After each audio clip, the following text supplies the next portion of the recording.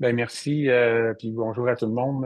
Dana m'a demandé de faire une petite introduction très courte. Je me présente, je suis Benoît Lamarche, je suis professeur à l'École de nutrition à l'Université Laval, puis aujourd'hui, à titre privilégié de directeur scientifique du Centre Nutris, qui est un centre à l'Université Laval là, qui compte presque 60 chercheurs, 250 étudiants gradués, presque une centaine de professionnels de recherche qui s'intéressent à toutes les dimensions de la saine alimentation, de l'individu jusqu'aux aspects sociétaux. Donc, le séminaire, les webinaires d'Informas Canada tombent exactement dans le deuxième S de Nutris, qui est le volet sociétal de la saine alimentation. Et ben, on est très fiers au centre là, d'appuyer ces webinaires et d'accompagner justement le transfert de connaissances que Informas Canada génère. Donc, merci beaucoup de nous faire confiance, Lana et toute l'équipe. Et on vous souhaite un beau séminaire auquel j'ai bien hâte d'assister. Parfait, merci beaucoup Benoît et surtout merci pour le soutien pour cette webinaire. Alors bonjour, quel plaisir de vous voir, d'être avec vous. Je suis Lana Van der Lee, une chercheuse à Saint-Nitris et professeure adjointe à l'École de nutrition à l'Université Laval. Et j'ai le plaisir aujourd'hui de partager un peu de ma programmation de recherche avec mes collègues aussi de Informis Canada. Donc, aujourd'hui, on va explorer les environnements alimentaires. Vous allez voir plusieurs collègues, incluant Dr. Véronique Provencher et Dr. Marie-Ève Labonté de l'Université Laval. Elise Posé, une étudiante de doctorat à l'Université d'Ottawa, et Jean-Claude Moubarak de l'Université de Montréal, et moi-même. Donc, on va explorer les données probantes et les données actuelles sur nos environnements alimentaires au Canada.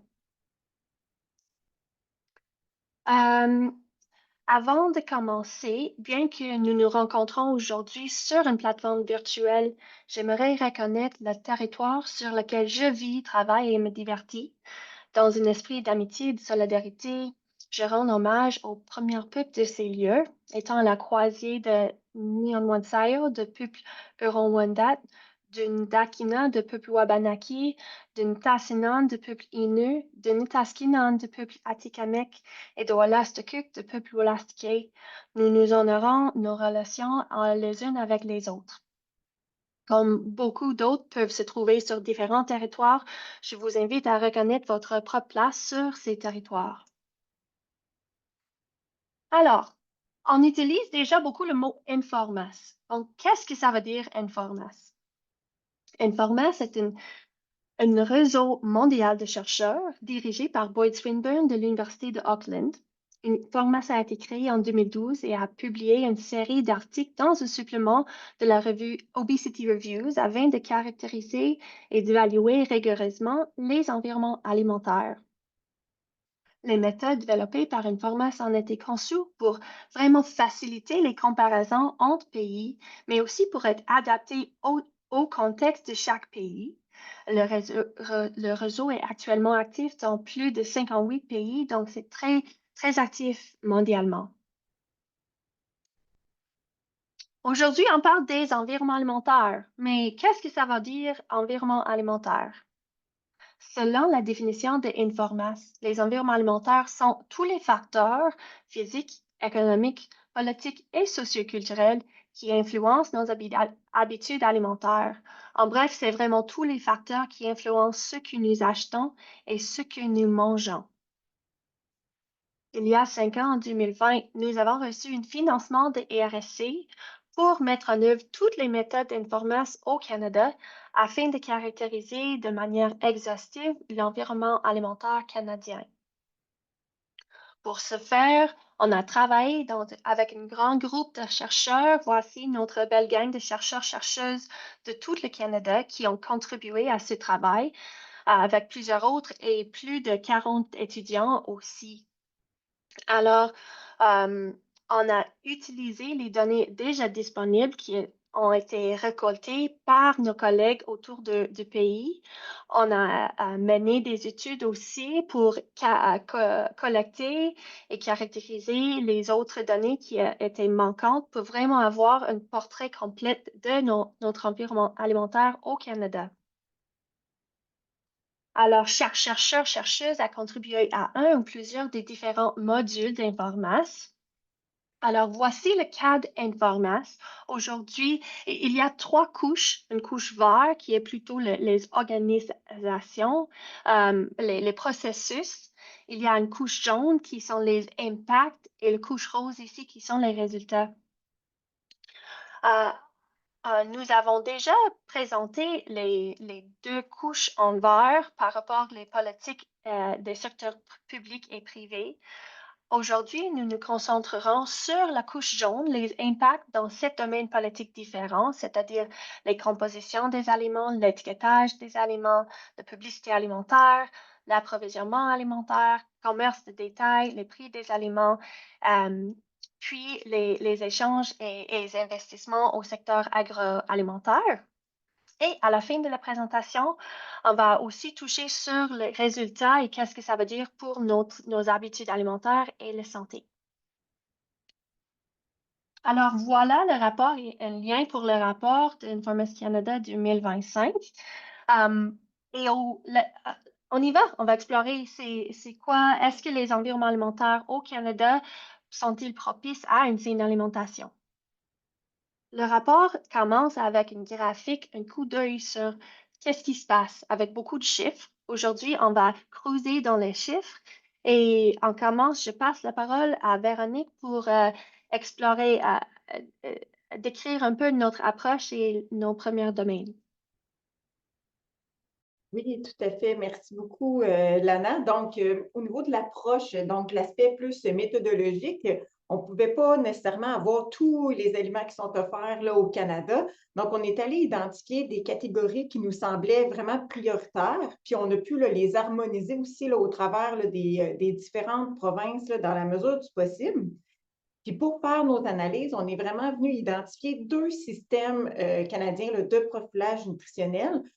Donc, pour identifier en fait les produits qui sont élevés en ou les produits qui vont être plus faibles en certains nutriments d'intérêt. Donc, le premier, c'est les seuils de Santé Canada pour l'affichage du symbole nutritionnel sur le devant des emballages qu'on commence à voir apparaître, mais qui sera officiellement là, obligatoire là, à partir du 1er janvier prochain.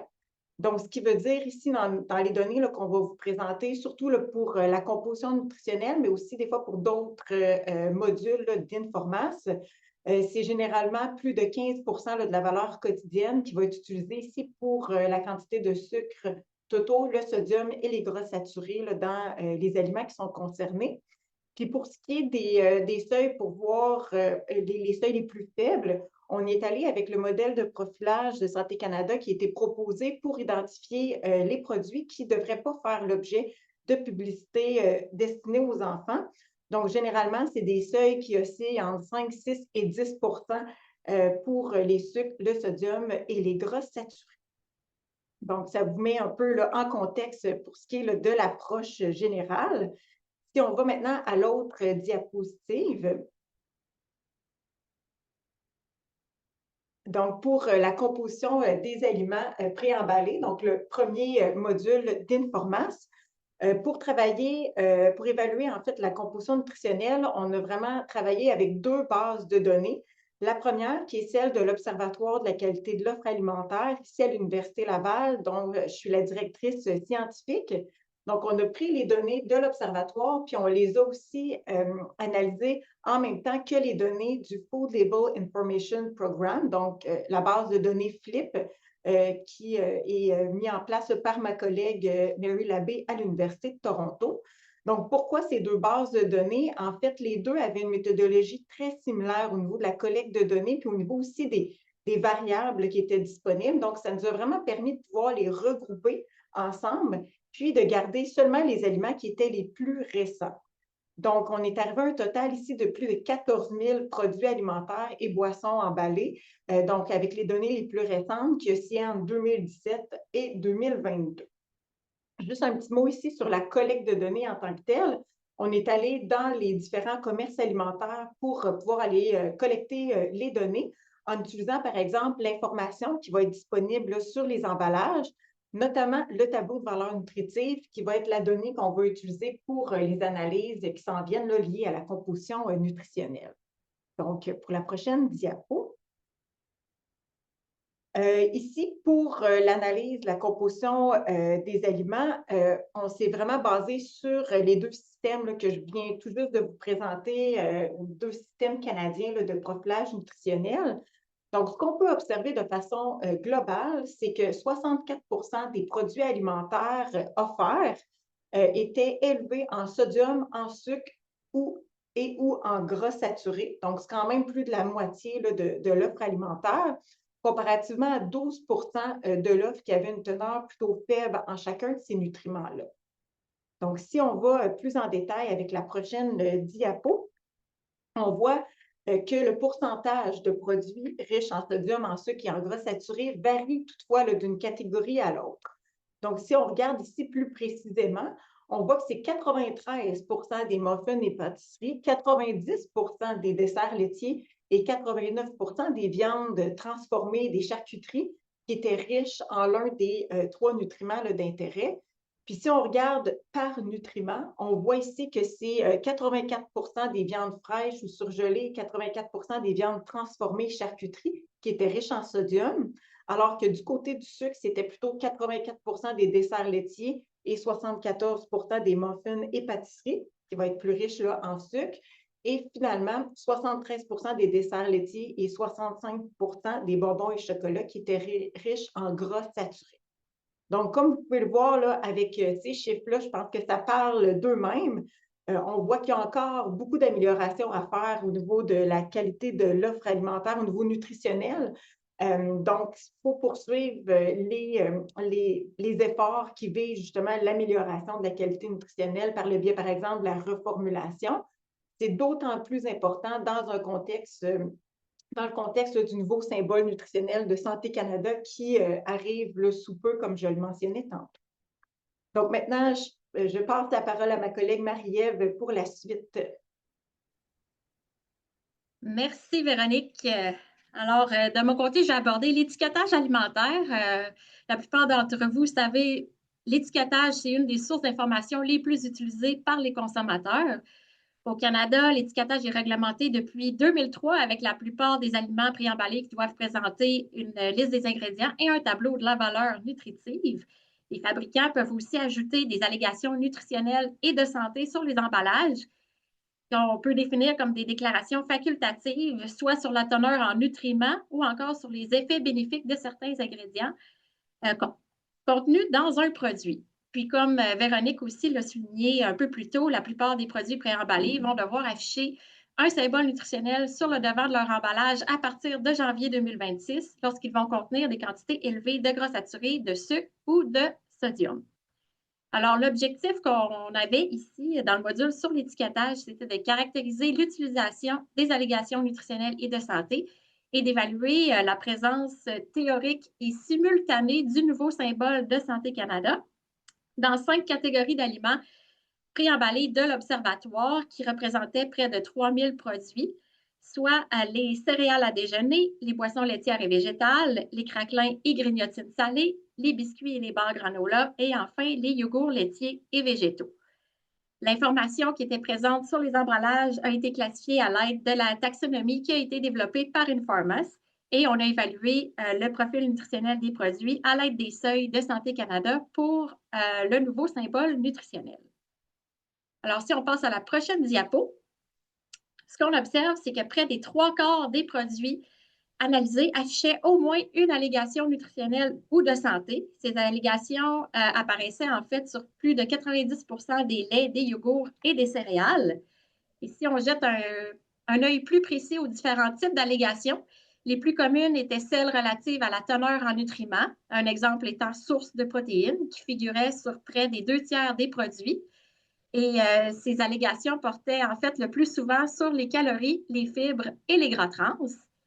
Les allégations de santé générale qui comprennent des mentions comme choix santé ou encore 100% grains entiers se retrouvaient sur près de la moitié des produits, tandis que les allégations relatives à la santé, qui incluent celles relatives à la structure ou aux fonctions de l'organisme ou encore à la réduction du risque de maladie, étaient beaucoup moins fréquentes à 4% seulement. Ici, on passe à la prochaine diapo, s'il vous plaît. Ce qui est encore plus important à mettre de l'avant, c'est que près de la moitié des produits portant une allégation qui met à l'avant-plan certaines caractéristiques positives seraient aussi tenus en 2026 d'afficher le symbole de Santé Canada, indiquant qu'ils sont riches en nutriments d'intérêt de santé publique. Donc, on peut dire qu'on se retrouve face à des informations contradictoires qui risquent de semer la confusion auprès des consommateurs, ce qui pourrait venir entraver l'effet recherché, à savoir de faciliter les choix sains.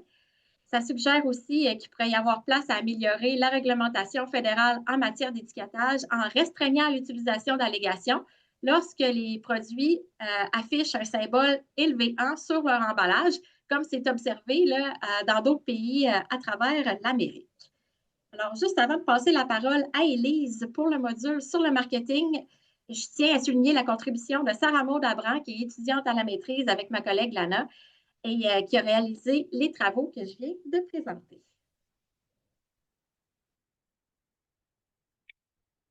Bon, merci Marie-Ève. On sait que les comportements alimentaires des jeunes sont influencés par la publicité alimentaire, d'où vient l'importance de connaître les sources d'exposition pour informer les politiques publiques visant justement à protéger les jeunes de cette exposition. Donc, au cours des dernières années, il y a quand même eu beaucoup de recherches qui ont été faites sur la publicité alimentaire, en grande partie financée par Santé Canada. Donc, au sein de mon équipe de recherche à l'Université d'Ottawa, moi, j'ai surtout été impliquée dans des études examinant la publicité à la télé et dans les médias numériques, mais aussi d'autres équipes de recherche qui ont examiné la publicité dans divers environnements fréquentés par les jeunes. Donc, au cours des prochaines minutes, je vais faire un résumé global de ces études. Mais commençons avec l'exposition publicitaire des jeunes sur les écrans. Donc, contrairement à ce qu'on pourrait penser, la télévision de diffusion demeure une source d'exposition importante à la publicité alimentaire. Les jeunes ayant accès regardent en moyenne 10 heures de télévision par diffusion par semaine. Donc, selon une étude qui a été effectuée en 2022, les publicités alimentaires constituaient 11% des publicités diffusées sur 3 postes de télévision attrayants auprès des jeunes en Ontario. Donc, ces postes étaient Disney, Teletoon et YTV.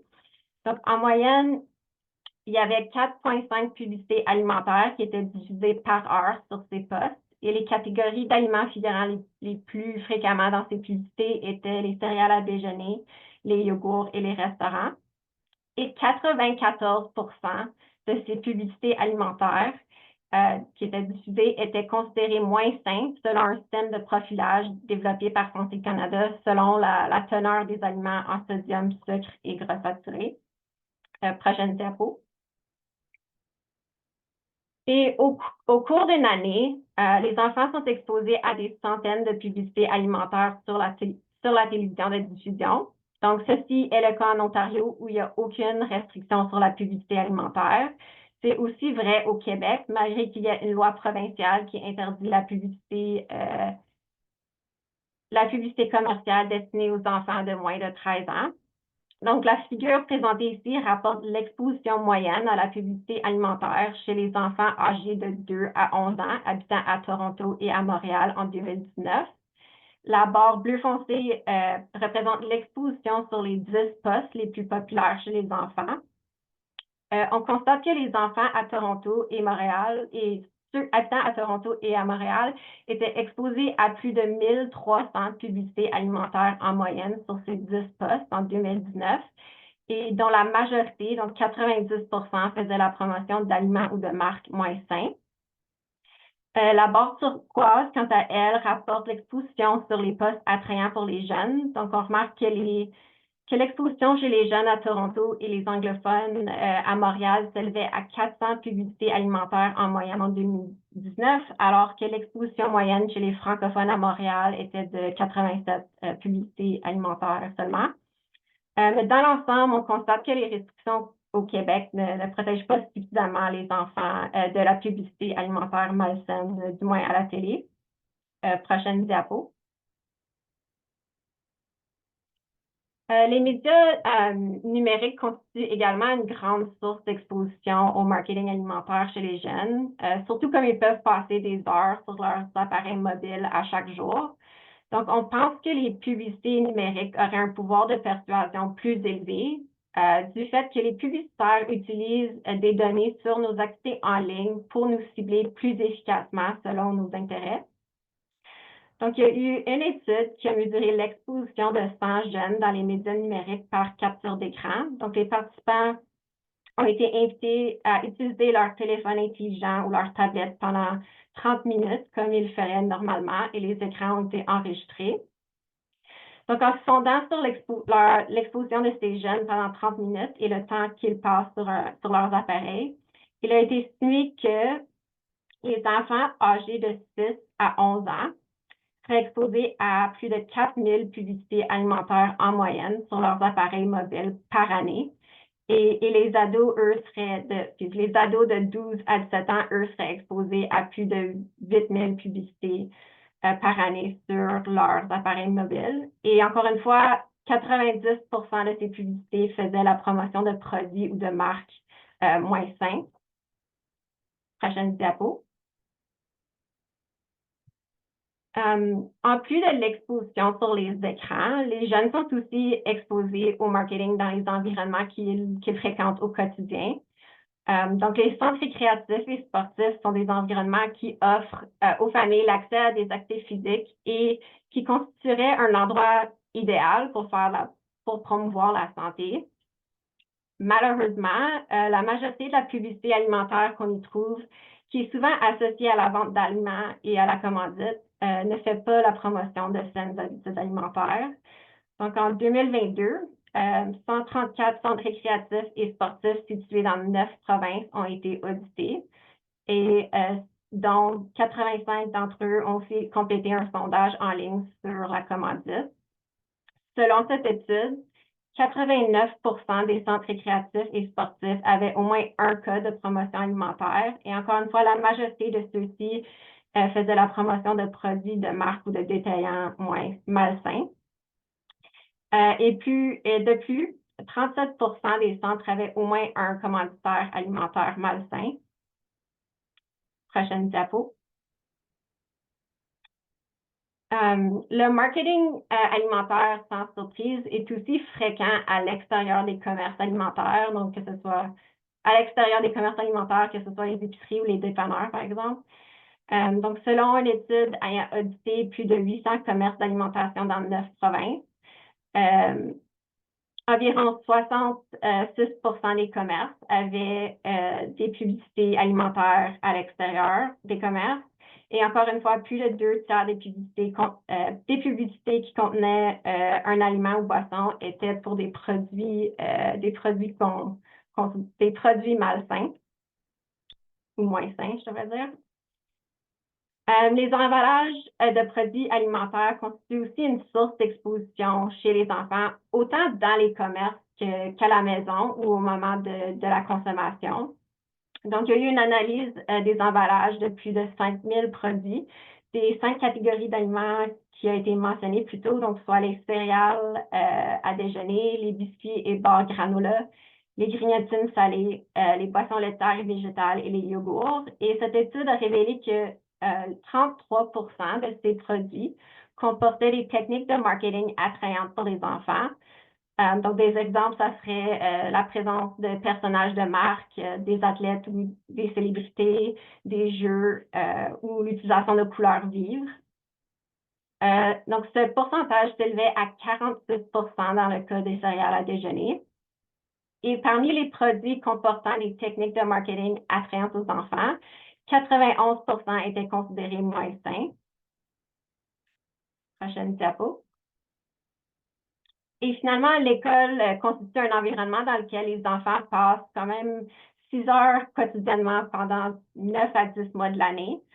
Donc, il peut y avoir des publicités autant à l'intérieur des écoles qu'à l'extérieur, comme dans les vitrines des commerces ou aux arrêts d'autobus qui sont à proximité de l'école. Donc, il y a une étude qui a audité les publicités extérieures près des écoles dans 6 grandes villes canadiennes. Cette étude a noté que dans un rayon de 1 km des écoles, le nombre moyen de publicités alimentaires extérieures variait de 8 publicités, qui était le cas à Halifax, jusqu'à 35 publicités, ce qui était le cas à Vancouver. Encore une fois, plus de 2/3 de ces publicités, environ 2/3 de ces publicités étaient considérées moins saines. Pour ce qui est de la présence de marketing dans les écoles, ceci a été sondé à l'aide d'un questionnaire en ligne qui a été rempli par plus de 100 écoles en 2023-2024. Selon ce sondage, 57% des écoles participaient à des activités de collecte de fonds, incluant des marques et des aliments moins sains, ce qui était le type de marketing qui était le plus souvent rapporté. Et seulement 37% des écoles avaient une politique restreignant ce type de collecte de fonds. Cependant, mis à part les activités de collecte de fonds, je dois mentionner que les écoles ont quand même rapporté assez peu de publicité, ce qui est quand même une très bonne nouvelle. Prochaine diapo. Donc, les études actuelles mesurent la fréquence du marketing dans différents environnements, mais de façon isolée ou individuelle. Donc, il n'y a aucune étude à ce jour qui a mesuré l'exposition cumulative des enfants dans tous les médias ou milieux de vie. Mais, en fonction des données existantes, on peut estimer que les enfants sont potentiellement exposés à des dizaines de publicités alimentaires quotidiennement. Donc, imaginons une journée typique pour un enfant âgé de 9 ans, comme Michaela, qui vit à Vancouver. Donc, tout de suite, en se levant, elle se sert un bol de céréales le matin et elle voit un personnage de marque sur la boîte de céréales. Donc, ça fait déjà une exposition. Elle regarde 1 heure de télévision avant d'aller à l'école, 5 expositions. Elle croise des panneaux publicitaires en marchant 1 kilomètre près à l'école, 10 expositions. Elle achète une barre de chocolat au cours d'une activité de collecte de fonds, une autre exposition. Après l'école, elle va à l'épicerie avec ses parents, 8 expositions. Et finalement, en fin de journée, elle utilise son appareil numérique pendant 3 heures, ça fait 12 expositions. Donc, au total, Michaela est potentiellement exposée à 37 publicités au cours de sa journée, dont la majorité ferait la promotion d'aliments malsains. Prochaine diapo.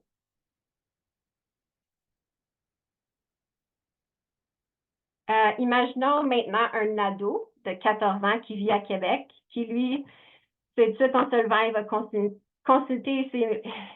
les médias sociaux en se réveillant, donc 5 expositions.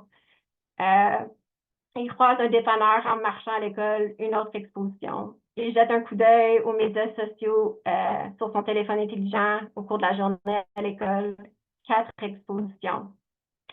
Ils croisent une publicité extérieure en marchant au restaurant pendant leur dîner, une autre exposition. Après l'école, il y a une pratique de soccer dans le centre sportif en après-midi, 10 expositions. En soirée, il fait ses devoirs en consultant les médias sociaux, puis sa journée se termine avec le match des Canadiens, une autre vingtaine d'expositions. Donc, au total, Marco pourrait avoir 44 publicités au cours de sa journée, dont la majorité est pour des aliments, encore une fois, moins sains. Donc, évidemment, ce sont des scénarios fictifs, mais ça permet quand même d'illustrer à quel point les jeunes au Canada pourraient être exposés à la publicité alimentaire c'est ça, à la publicité alimentaire, dont la majorité serait pour des aliments ou des marques qui sont moins sains. Donc, je passe maintenant la parole à Véronique qui va nous parler de l'approvisionnement alimentaire.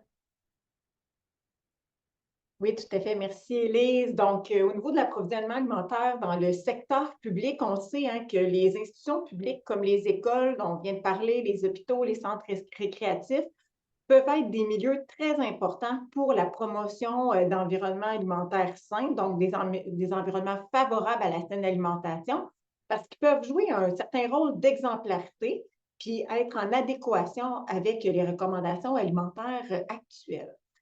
Donc, comme vous en doutez, c'est quand même un défi d'aller collecter des données dans ces milieux-là, comme les écoles, les hôpitaux, les centres de loisirs. Mais mes collègues ont quand même réussi à le faire avec un échantillon d'écoles, donc environ 112 écoles, centres de loisirs également qui ont des machines distributrices, donc une centaine également, puis un échantillon un petit peu plus grand d'hôpitaux, donc 152 hôpitaux à l'échelle canadienne, donc dans les différentes provinces. Donc, si on va maintenant à l'autre diapositive, ici, on peut voir l'approvisionnement alimentaire dans les écoles. Ce qui est intéressant ici de noter d'abord, c'est que c'est 89 des écoles qui ont déclaré avoir une politique alimentaire écrite. Par contre, malgré cette politique-là, on peut voir dans le graphique qui suit qu'il y a quand même des boissons sucrées qui vont être offertes et des aliments aussi plus riches en gras saturés, en sel et en sucre. Donc, plus spécifiquement, on voit que pour les boissons sucrées, c'est plus de la moitié des écoles qui offraient tout de même du lait au chocolat ou aromatisé, des substituts aussi de lait sucré. Donc des boissons végétales, par exemple. On a aussi les jus de fruits 100% qui étaient également offerts. Et un peu plus bas, vous voyez au niveau des aliments, c'est plus de la moitié aussi qui offrait des biscuits et des pizzas faits avec des viandes transformées comme la charcuterie. Si on va maintenant à l'autre diapo, du côté des hôpitaux, encore une fois, ici, il y a quand même 65% des hôpitaux qui ont déclaré avoir une politique alimentaire écrite, donc plus de la moitié. Mais encore une fois, ça ne se traduit pas nécessairement avec une offre alimentaire plus nutritive. Vous pouvez voir ici au niveau des boissons sucrées, cette fois-ci, c'est presque 100% en fait des hôpitaux qui offraient des boissons sucrées, plus spécifiquement le jus de fruits 100% pur, les boissons gazeuses régulières, encore une fois les laits au chocolat aromatisés ou les boissons végétales sucrées, le chocolat chaud, les boissons aux fruits. Et même chose du côté des aliments, on avait des biscuits, des produits de boulangerie commerciaux, des croustilles, des barres de chocolat qui étaient également offerts dans les hôpitaux. Ensuite, dans l'autre diapo, si on regarde maintenant au niveau des centres de loisirs, c'est 63% ici des boissons dans les machines distributrices qui étaient élevées en sodium, en sucre ou en gras saturé.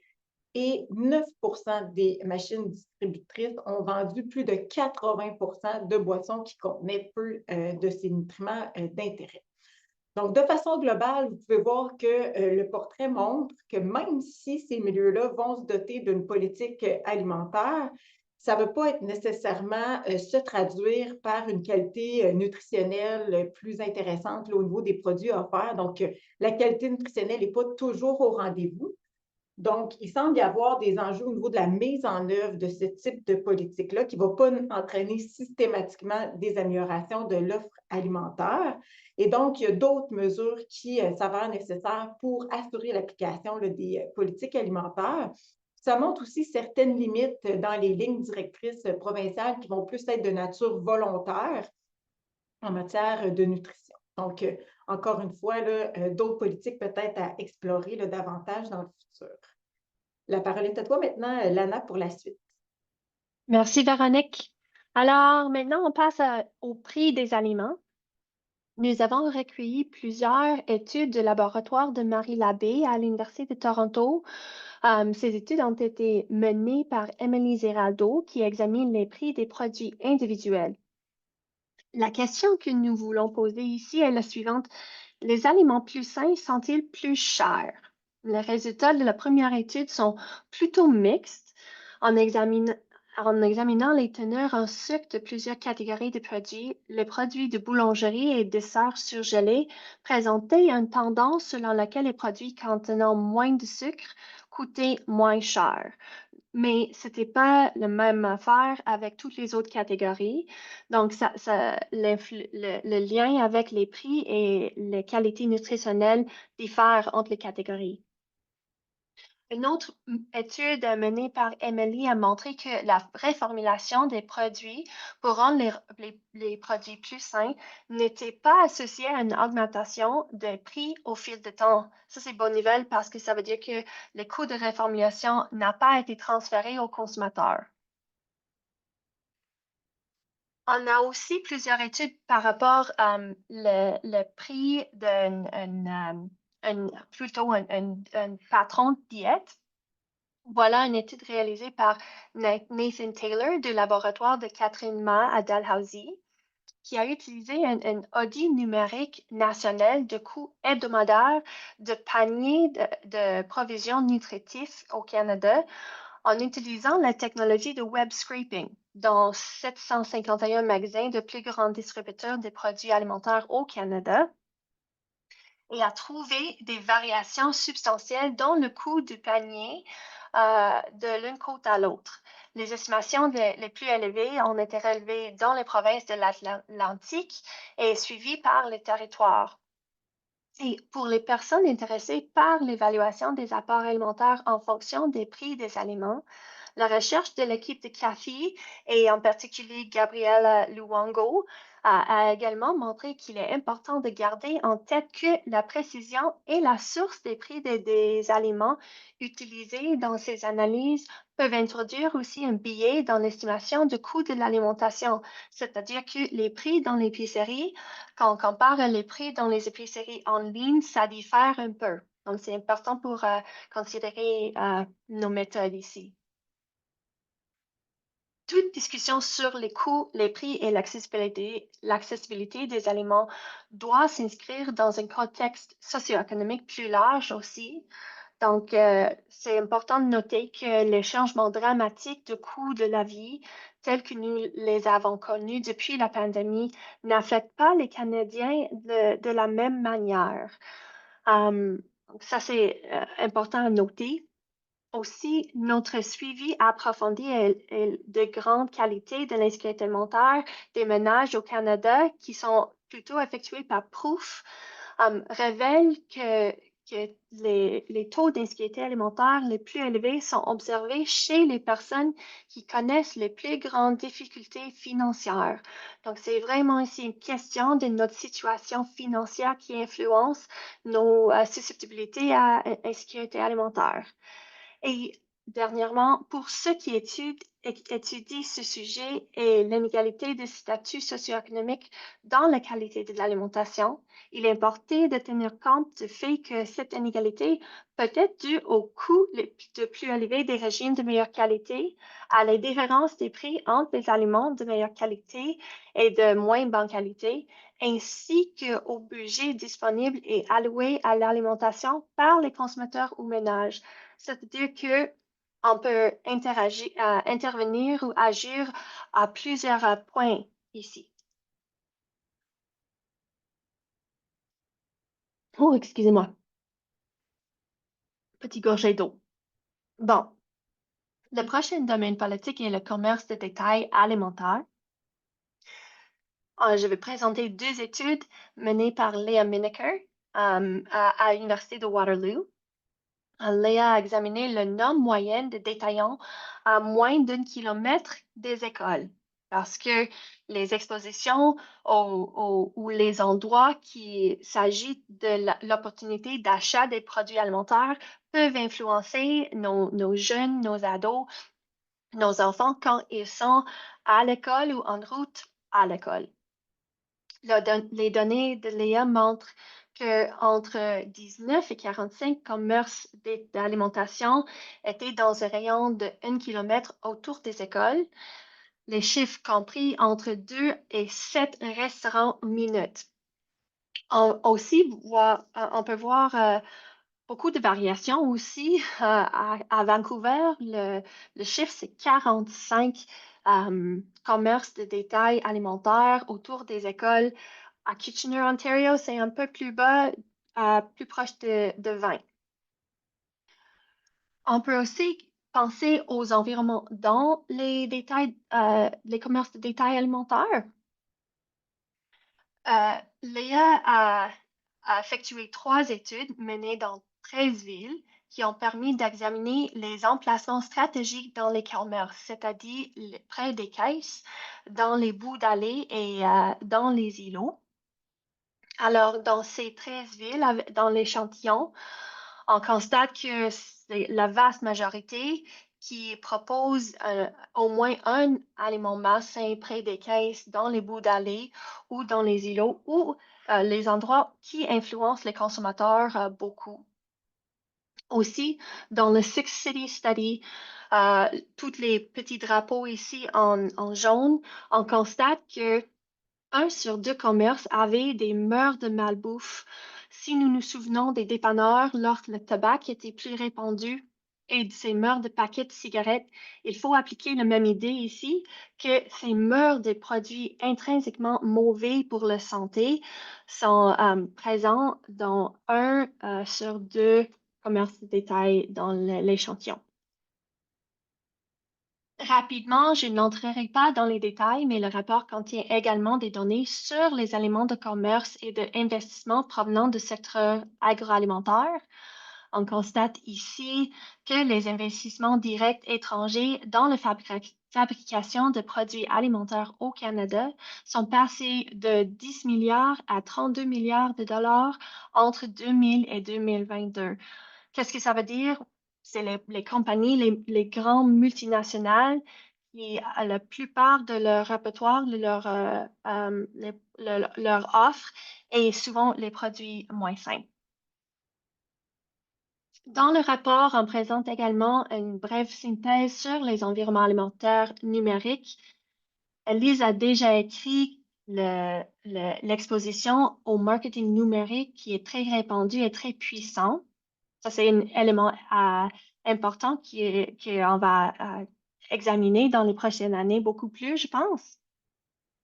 Mais nous disposons également des études qui montrent que les environnements alimentaires numériques peuvent en fait être pires ou différents que les environnements physiques.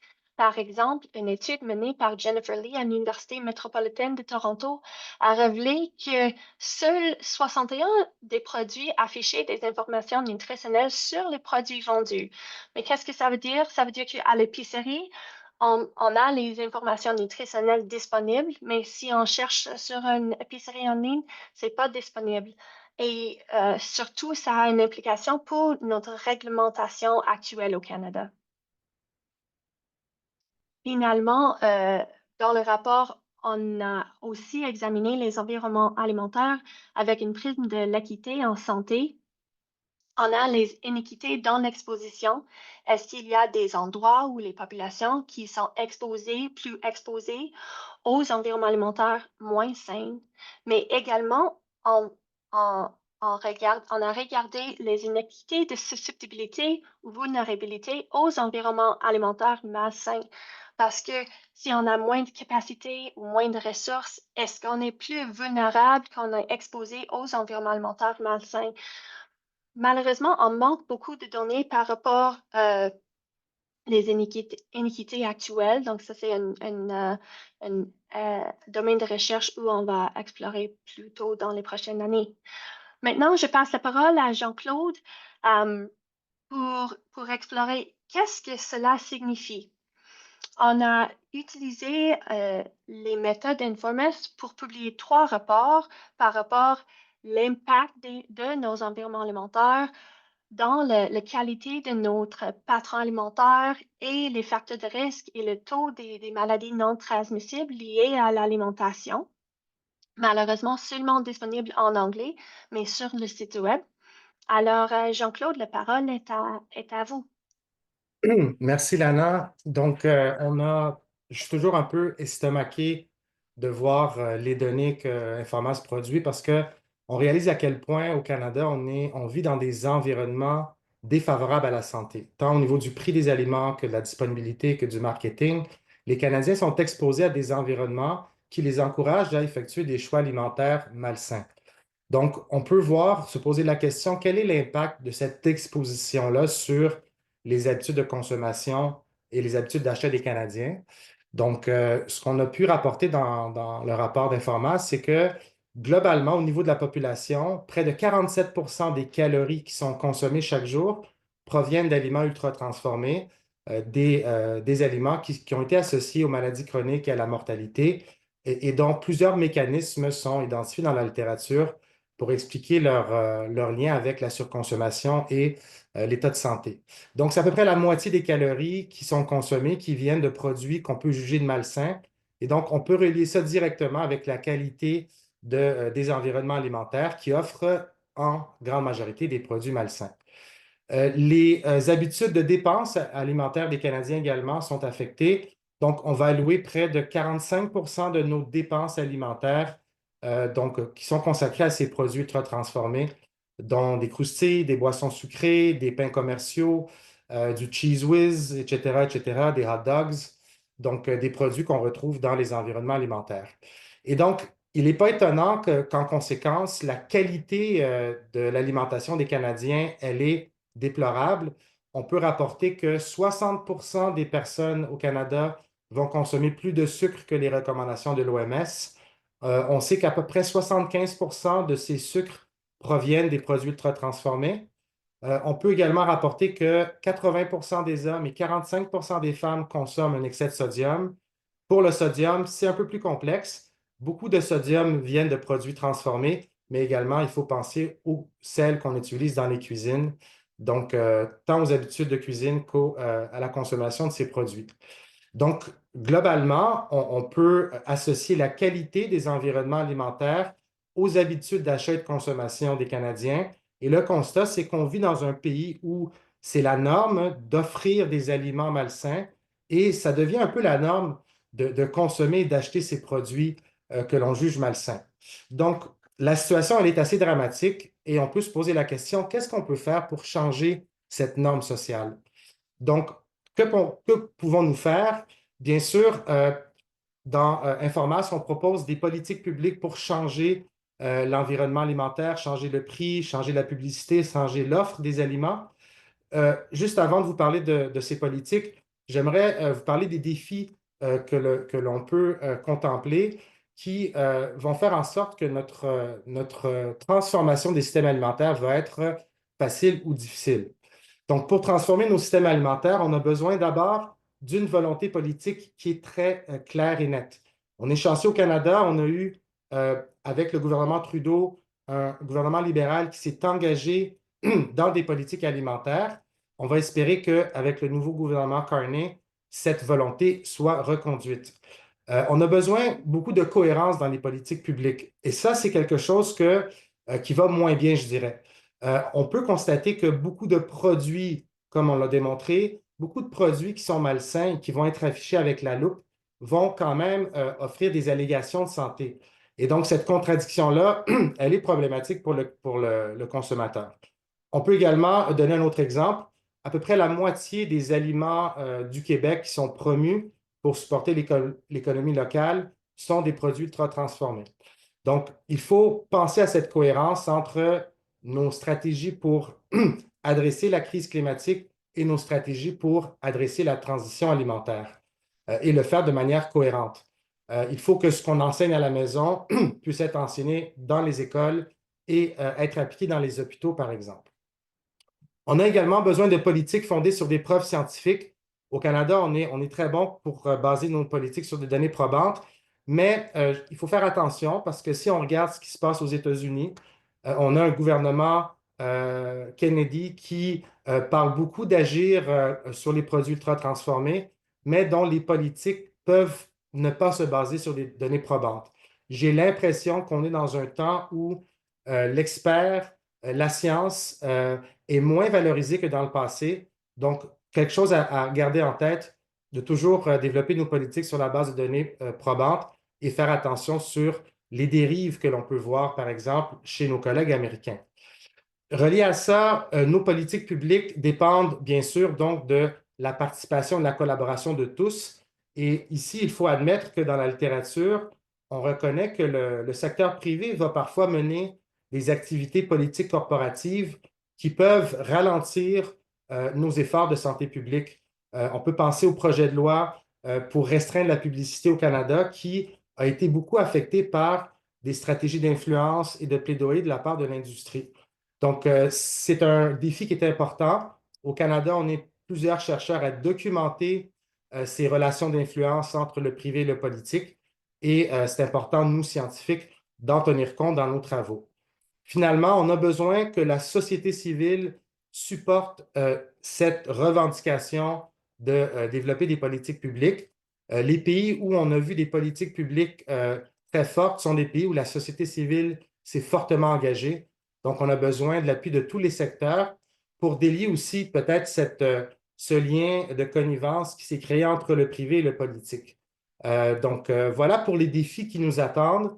Je pense on a fait de très bons travaux dans les dernières années au Canada, mais beaucoup de travaux donc demandent à être faits. On a besoin de développer des politiques à tous les niveaux, tant au niveau fédéral qu'au niveau provincial, qu'au niveau des municipalités. Je dirais que les municipalités ont, en tant que gouvernement de proximité, une belle visibilité des problèmes que les citoyens vont vivre au jour le jour. On a fait une évaluation des politiques de la Ville de Montréal, donc il y a 2 ans, qui nous ont démontré que Montréal a beaucoup de capacités, de potentiel pour transformer les environnements alimentaires au niveau local. Donc, on a besoin des politiques aux 3 niveaux et des relations et de la cohérence entre ces 3 niveaux. Finalement, si on regarde au niveau des politiques fédérales que notre groupe recommande, on demande à ce que le gouvernement interdise la publicité d'aliments et de marques malsaines qu'on retrouve dans tous les médias pour que nos enfants, nos adolescents puissent être moins exposés à ces tentations qui viennent de toutes parts. Donc, interdire cette publicité-là nous apparaît important. On pense qu'il est important de financer un programme national d'alimentation exhaustif et universel pour que les jeunes puissent apprendre à bien manger et avoir accès à des aliments sains, peu importe leur niveau d'éducation ou leur niveau de revenu.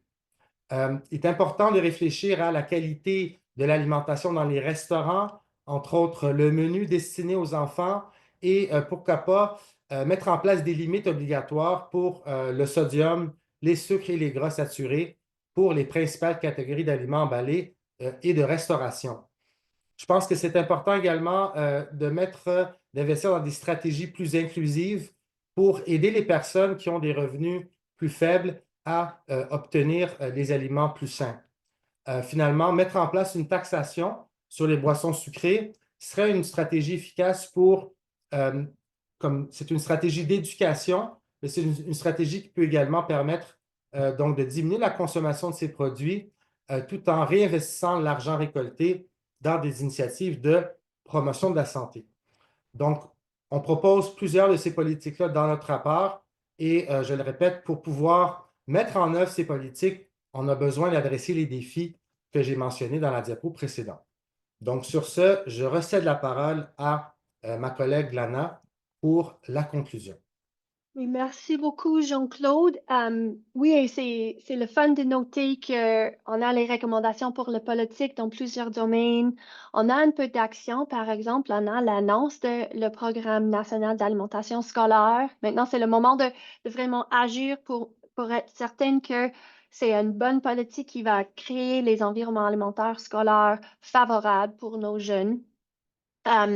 Aussi, je voulais souligner ici un élément important pour moi dans nos politiques recommandées ici, c'est qu'on ne parle pas juste des aliments, les politiques alimentaires, mais on parle aussi des politiques sociales parce que si on veut investir, si on veut créer les environnements propices à une saine alimentation, ça inclut les politiques solides de côté social aussi.